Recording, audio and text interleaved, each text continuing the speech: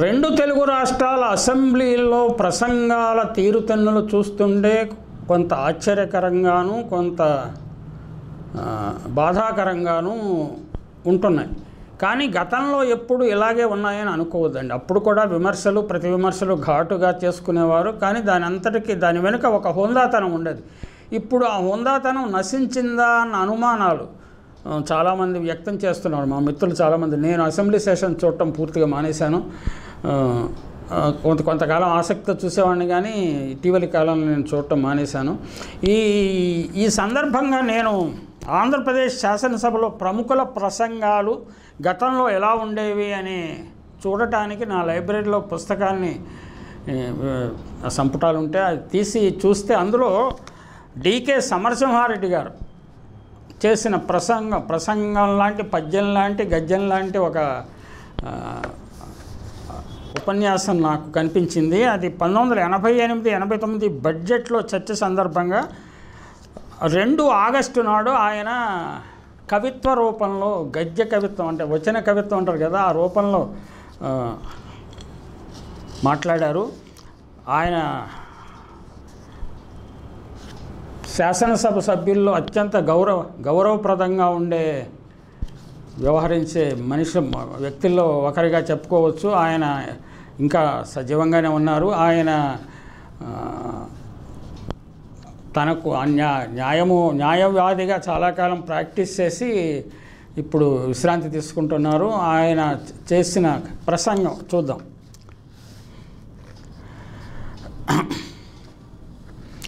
అసెంబ్లీలో ఇన్ని రోజులుగా సాగిన ప్రసంగాలు విన్న పిదప, మంత్రి గారు చదివింది విన్న పిదప, మళ్ళీ ఇంటికి వెళ్ళి చదివిన పిదప నాలో కలిగిన భావోద్రేకతో ఒక భావ వల్లరితో పద్యరూపంగా కొన్ని రాశాను. తమ అనుమతితో అది పూర్తి చేస్తానని స్పీకర్ గారు అనుమతి తీసుకున్నాను. నేను రాగాలేపన చేయదలుచుకోలేదు. గద్య రూపంలో రాసిన పద్యాన్ని తమ అనుమతితో చదువుతాను అని స్పీకర్ గారి దగ్గర అనుమతి తీసుకున్నారు. తెలుగు పన్నులేమో జాస్తి, తెలుగుదేశంలో పనులేమో నాస్తి, పెరుగుతోంది తమ ఆస్తి. అప్పుడు ఎన్టీ రామారావు గారు అధికారంలో ఉన్నట్టున్నారు. జరుగుతున్నది తెలుగు ఓటర్లకు శాస్తి, అధిక పన్నులు వేసి నింపిన ఖజానా పెండింగ్ బిల్లుల చెల్లింపుల బిల్లులతో ఖాళీ అయ్యేది ఖాయం, అభివృద్ధి కార్యక్రమాలు పెండింగ్లో పడిపోవటము, అనెండింగ్గా ఉండిపోవటమే ఖాయం. ఇప్పుడు 2 తెలుగు రాష్ట్రాల్లోనూ ఇదే జరుగుతుంది. అంటే అప్పటి నుంచి ఇప్పటి వరకు దాదాపు 36 ఇయర్స్ పైన అయిపోయినట్టుంది. పరిస్థితి అలాగే ఉంది. తెలుగు పన్నుల భారం మోయలేక తెలుగువాడు తెచ్చుకుంటాడు తెలుగు గూని, తెలుగు గూనిని తెచ్చుకున్న తెలుగోని తిప్పలు ఇంతెంత కాదయ్య. వృత్తి పన్నులు సైజుకు మించిన ఎక్సైజు పన్నులు, ఎక్సెస్ అయిన ఎంట్రీ పన్నులు, అమ్మకాలు, టర్నోవర్ పన్నులు, ఏందిరా అంటే ఎన్టీఆర్ విశ్వామిత్ర సృష్టి అంటున్నారు తెలుగు పన్ను పోటు భరించలేని సామాన్యుల. బొక్కలు పడిన బొక్కసం నింపటానికి కుక్కలు చింపన విస్తరిలో విచక్షణ లేని పన్నుల భారం, దురాలోచన తప్ప దూరాలోచన లేని పన్ను పోట్లివి. రామరాజ్యం భూతల నా కమ్మని కలలన్న సామాన్యుడు పన్నుల భారం మోయలేక నరకమ్మని భావించి కూకటి వేళ్లను నరకమని కోరుకుంటున్నాడు. 2 చక్రాల వాటికి పన్నే లేదన్నాడు అన్న. నిండుకున్న ఖజానా నింపటానికి జీవితకాలం పన్ను వేసి జీవితాంతం 2 పాదాలతో నడవమంటున్నాడు. బియ్యం సబ్సిడీకి కోట్లకు కోట్లు, ఆ పథకంలో ఎన్నో తూట్లు, బియ్యాల వారి రాబడికి పర్మిట్లు, బియ్యమందిన వారి రాబడికి పర్మిట్లనిచ్చిన మెట్లు. తెలుగు బడ్జెట్ గండి పూడ్చడానికి తప్పదు తెలుగు పన్నుల పోటు, ఉండదు ఇక తెలుగు వంటకాలలో కమ్మదనం, సబ్సిడీ బియ్యం సరఫరా చేసిన సప్పిడి కూడు తప్పదు సామాన్యుడికి. పొట్టకూటికే వృత్తి చేసుకున్న కష్టం మరిచిపోవటానికి కళ్ళు తాగిన మూలిగే నక్క మీద తాటికాయల పన్నుపోటు తప్పదు, అధికారుల పెన్నుపోటు తప్పదు అంటాడు సమరసింహారెడ్డి గారు. 2 పాదాలతో తెలుగు రోడ్ల మీద నడిచినా రేపటి సంవత్సరంలో 2 పాదాల మీద కూడా పన్నుండదని గ్యారంటీ లేదు. ఈ భూతల స్వర్గంలో అధిక పన్నుల భారం మోయలేక నరకానికి ఎంట్రీ పన్ను కట్టాలేమో, నరకానికి ఎంటర్ అయిన ఎంట్రీ పన్ను కట్టాలేమో. అమ్మకాలలో టర్నోవర్పై పన్ను, ఎంట్రీ పన్ను కట్టలేని వ్యాపారికి కంట్రీ విడిచి పెడతాడు.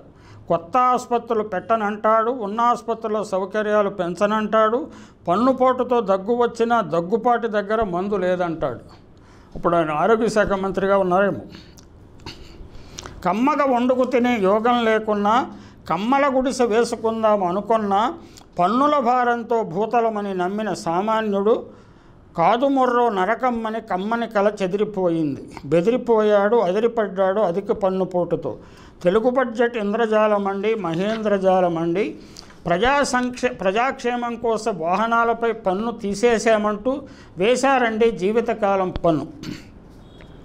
ఒకవైపు పొదుపు అంటారు, చేయని చేతలకు శుష్క ప్రసంగాలకు, తప్పుడు లెక్కల సమాచారపు తప్పెట ప్రచారానికి తప్పదు కోట్ల రూపాయలు. నిరుద్యోగ సమస్య నిర్మూలిస్తామంటారు, కొత్త ఉద్యోగాలు నింపకండి ఖజానా నిండుకున్నదంటాడు.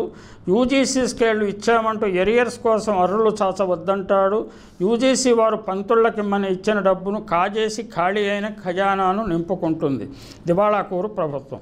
పంతుళ్ళకిక తప్పదు పస్తుల వంతులు. ఆచార్య దేవోభవ, గురు సాక్షాత్ పరబ్రహ్మ అంటూ గురువులకే పంగనామాలు. అరియర్స్ ఉళక్కి, కెరియర్ హుళక్కి అని ఆయన ఇంకా నా భావోద్రేకంతో ఏదైతే నేను కాగితం మీద పెట్టానో దానిలో యతి లేకపోవచ్చు, ప్రాస లేకపోవచ్చు, నాకు తోసిన విధంగా వ్రాసింది అందరికీ అర్థం కావడానికి చెబుతున్నాను అంటారు సమరసింహారెడ్డి.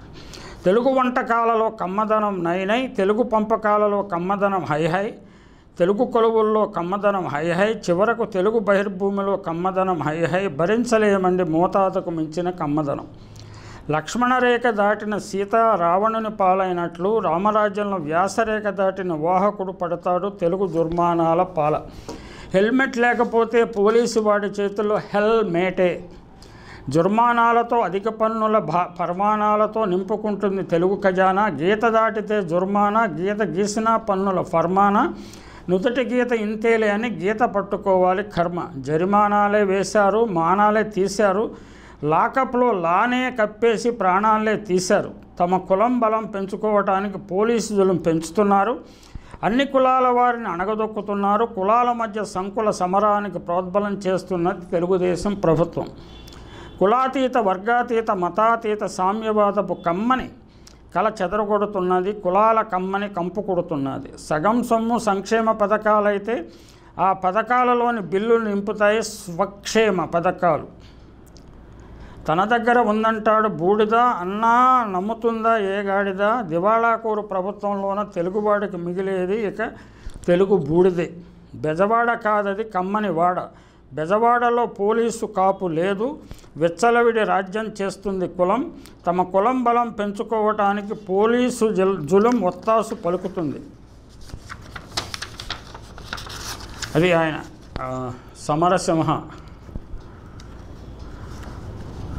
1988 ఆగస్టు 2న చేసిన ప్రసంగం. అంటే వచన కవిత్వంలో చెప్పారు. ఇప్పటికి కూడా అవి చాలా వరకు రెలవెంట్గా ఉన్నాయన్న అభిప్రాయంతో నేను ఈ విషయాన్ని మీ దృష్టికి తీసుకొచ్చాను.